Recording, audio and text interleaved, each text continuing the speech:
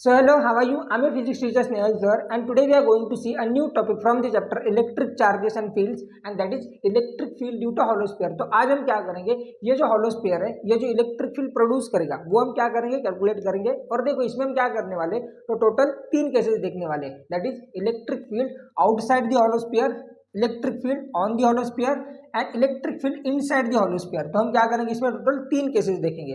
So ठीक है, let's start our class by recalling the previous lecture. So in our previous lecture we have studied about Gauss's law.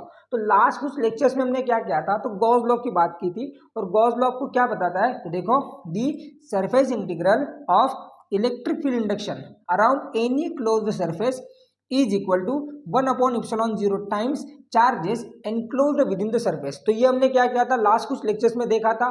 और हमने क्या किया था, तो गॉस लॉ को यूज करके ही electric field due to a long straight wire और electric field due to solid sphere ये कैलकुलेट किया था। तो आज हम क्या करेंगे, ये जो हॉलो स्फीयर जो इलेक्ट्रिक फील्ड प्रोड्यूस करेगा वो हम क्या करेंगे, कैलकुलेट करेंगे। और देखो there is a difference between hollow sphere and solid sphere. मतलब क्या, तो हॉलो स्फीयर और सॉलिड स्फीयर के बीच में डिफरेंस होता है। जैसे कि जो आपका हॉलो स्फीयर होता है वो अंदर से खाली होता है, मतलब इसके अंदर कोई चार्जेस नहीं होते हैं। पर जो सॉलिड स्फीयर होता है उसके अंदर भी चार्जेस होते हैं। तो अब अगर मुझे क्या करना है, तो electric field at a point P at a distance R from the centre of the sphere calculate करनी है। मतलब क्या, तो मुझे इस स्फीयर के आउटसाइड इलेक्ट्रिक फील्ड कैलकुलेट करनी है आर डिस्टेंस पर सेंटर से।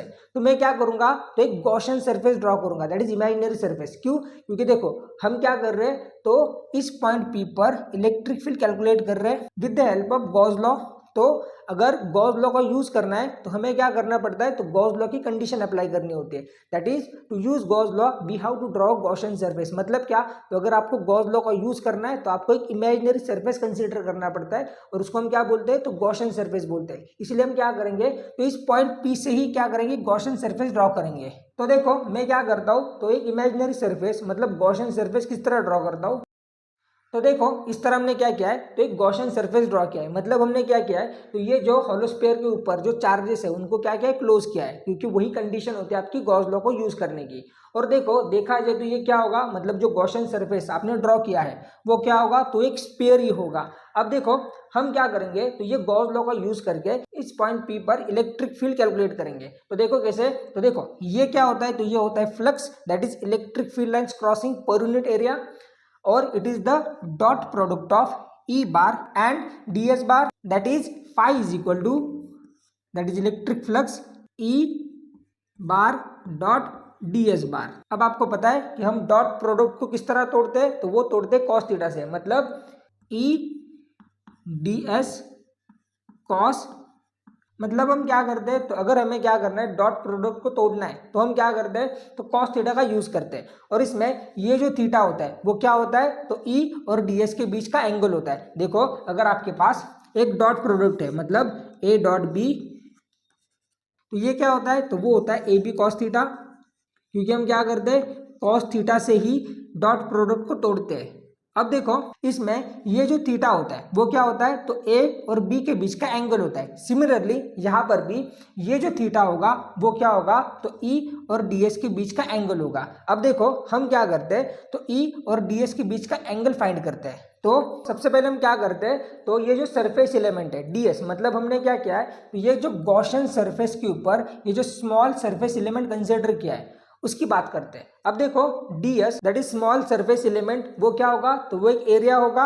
और मैंने पिछले वीडियोस में इसके बारे में बात की है कि जो एरिया होता है वो एक वेक्टर क्वांटिटी होती है। मतलब क्या, तो एरिया जो होता है वो डायरेक्शन पे डिपेंड करता है। और उसकी डायरेक्शन कैसी होती है, तो उसकी डायरेक्शन होती है परपेंडिकुलर टू द सरफेस। मतलब अगर आपका ये सरफेस है तो उसको ऐसे परपेंडिकुलर क्या होगी, एरिया की डायरेक्शन होगी। मतलब अब अगर हमें इस ds की डायरेक्शन फाइंड करनी है तो कैसी होगी, तो देखो ये होगी ऐसे परपेंडिकुलर टू द सरफेस, मतलब सरफेस को परपेंडिकुलर एन कैप, ये होगी एरिया एलिमेंट के लिए direction, that is small surface ds के लिए डायरेक्शन।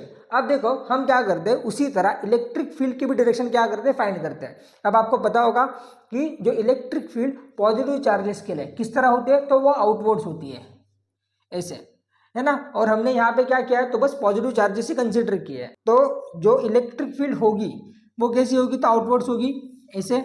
मतलब इस पॉइंट P पर भी जो इलेक्ट्रिक फील्ड होगी वो कैसी होगी, तो ऐसी होगी। दैट इज जो आपका एरिया एलिमेंट होगा और जो इलेक्ट्रिक फील्ड होगी वो क्या होगी, तो वो होगी दोनों सेम डायरेक्शन में। That is the direction of area element, that is small surface element, and the electric field is same, मतलब both are in the same direction. वो क्या है, दोनों सेम डायरेक्शन में। तो अगर ऐसा हुआ तो दोनों के बीच में एंगल कितना होगा, तो वो होगा 0 डिग्री, क्योंकि दोनों सेम डायरेक्शन में है। देखो जो आपका surface element that is ds, वो कैसे है, तो ऐसे है, that is perpendicular to the surface, and जो आपकी इलेक्ट्रिक फील्ड है वो कैसी है, तो वो भी ऐसी है, दैट इज आउटवर्ड। तो इन दोनों के बीच में एंगल कितना है, 0 है, मतलब यहाँ पे जो electric field and surface element ds, इन दोनों के बीच का एंगल कितना है, 0 डिग्री है। मतलब यहाँ पे थीटा कितना होगा, तो वो होगा 0 डिग्री, एंड कॉस 0 कितना होता है, तो वो होता है 1। मतलब यहाँ पे क्या बचा, तो बस e ds, that is flux is equal to e ds। हम क्या करेंगे, ये वैल्यू यहाँ पे सब्स्टिट्यूट कर देंगे, तो हमें इक्वेशन क्या मिलेगा, तो देखो surface integral e ds is equal to q by epsilon as it is, q by epsilon as it is. अब हम क्या करेंगे, देखो तो E जो है यहाँ पे वो यूनिफॉर्म है, कांस्टेंट है, तो हम क्या करेंगे, इस इलेक्ट्रिक फील्ड को इंटीग्रेशन से बाहर लेंगे, that is E surface integral ds is equal to q by epsilon 0। अब ऐसा क्यों किया हमने, तो देखो जो इलेक्ट्रिक फील्ड है इस गॉसियन सरफेस के ऊपर वो क्या है, कांस्टेंट है, यूनिफॉर्म है। क्यों, तो देखो ये जो आपने गॉसियन सरफेस कंसीडर किया है वो क्या है, तो इक्वल डिस्टेंस पर है इस स्फीयर से। मतलब क्या, तो ये जो गॉसियन सरफेस है, मतलब देखा जाए तो एक स्फीयर ही होगा, और वो sphere inside the hollow sphere क्या है, तो इक्वल डिस्टेंस पर है। और इलेक्ट्रिक फील्ड किस पे डिपेंड करते हैं, तो बस डिस्टेंस पे डिपेंड करते हैं। इसीलिए जो इलेक्ट्रिक फील्ड होगी इस गॉसियन सरफेस के ऊपर वो क्या होगी, कांस्टेंट होगी। मतलब हर एक पॉइंट पर इस गॉसियन सरफेस के जो इलेक्ट्रिक फील्ड होगी वो सेम होगी, दैट इज कांस्टेंट होगी। इसलिए हमने क्या किया है, तो इलेक्ट्रिक फील्ड को इंटीग्रेशन से बाहर ले आए, क्योंकि हम क्या करते हैं, तो कांस्टेंट को हमेशा इंटीग्रेशन से बाहर लेते हैं। इसलिए हमने क्या किया, ई को इंटीग्रेशन से बाहर ले आए। अब देखो यहाँ पे ये जो टर्म है that is surface integral ds, ये क्या है, तो ये जो आपका गॉसियन सरफेस है विच इज अ स्फीयर, उसका एक छोटा सा सरफेस एलिमेंट आपने कंसिडर किया है। मतलब आप क्या कर रहे हो, तो इंटीग्रेशन का यूज करके ये जो आपने ds that is small surface element sphere का कंसिडर किया है। स्फीयर का मतलब कौन से स्फीयर का, तो गॉसियन सरफेस जो एक स्फीयर है उस स्फीयर का जो सरफेस एलिमेंट आपने कंसिडर किया है उसको आप क्या कर रहे हो, तो इंटीग्रेशन से जोड़ रहे हो। मतलब आप क्या कर रहे हो, तो ds मतलब ऐसे जितने भी ds है, मतलब स्मॉल सरफेस एलिमेंट, तो ऐसे छोटे छोटे छोटे सरफेस एलिमेंट को इंटीग्रेशन का यूज करके जोड़ रहे हो।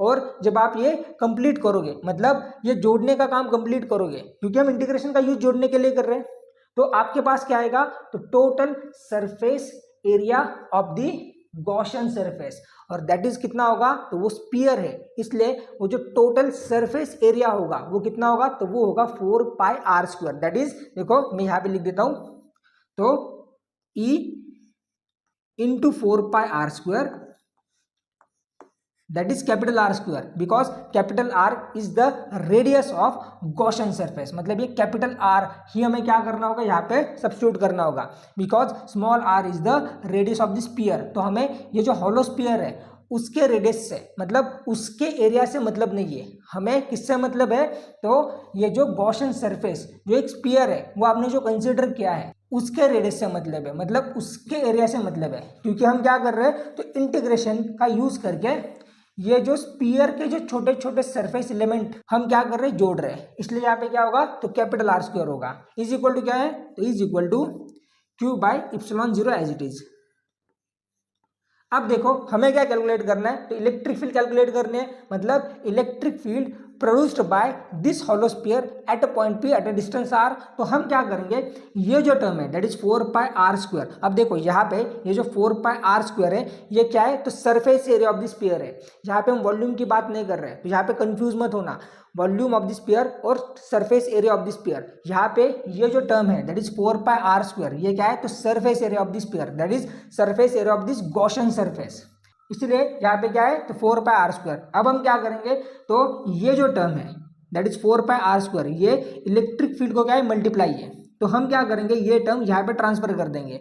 तो यहाँ पे जो मल्टीप्लाई है ई को, दैट इज 4πr², यहाँ पे जाके क्या होगा, डिवाइड होगा। मतलब आपके पास इलेक्ट्रिक फील्ड के लिए फाइनल आंसर आएगा, दैट इज देखो E is equal to Q by ε0 into 4π R², that is E is equal to Q divided by 4πε into R²।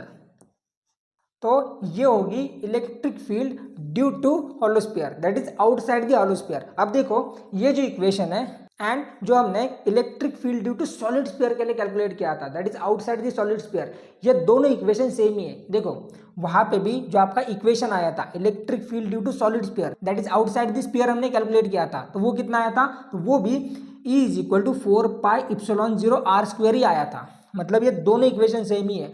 और देखो जो electric field due to single charge, उसके लिए भी इक्वेशन क्या आता है, तो वो आता है Q बाय 4πε0 R²। मतलब देखा जाए तो ये तीनों इक्वेशन सेम ही है। और देखो इस इक्वेशन को मैं क्या कर सकता हूँ, तो और थोड़ा मॉडिफाई कर सकता हूँ। कैसे, तो ये जो टर्म होती है आपकी, that is 4πr², that is 4πr², ये क्या होता है, तो ये होता है एरिया।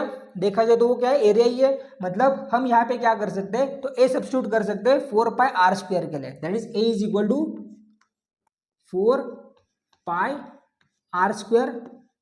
हम क्या करेंगे, ये जो ए की वैल्यू है वो इस इक्वेशन में सब्स्टिट्यूट कर देंगे। मतलब हमारे पास जो इक्वेशन आएगा वो क्या आएगा, तो E is equal to Q by ε0 into A. और अब मैं क्या करता हूं, तो एक नई टर्म इंट्रोड्यूस करता हूं, that is surface charge density, that is sigma. So sigma is equal to Q by ए।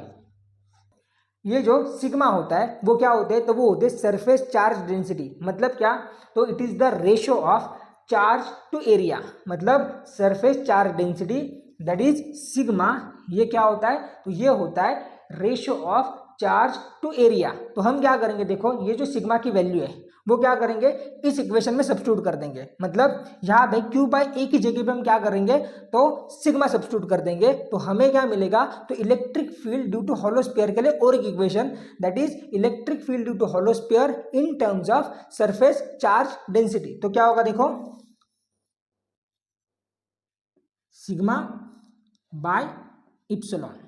देखो फिर से मैंने क्या किया है, तो बस Q बाई ए की जगह पे सिग्मा सब्स्टिट्यूट किया, where sigma is the surface charge density और it is the ratio of charge to area. तो बस मैंने क्या किया, यहाँ पे सिग्मा सब्स्टिट्यूट किया।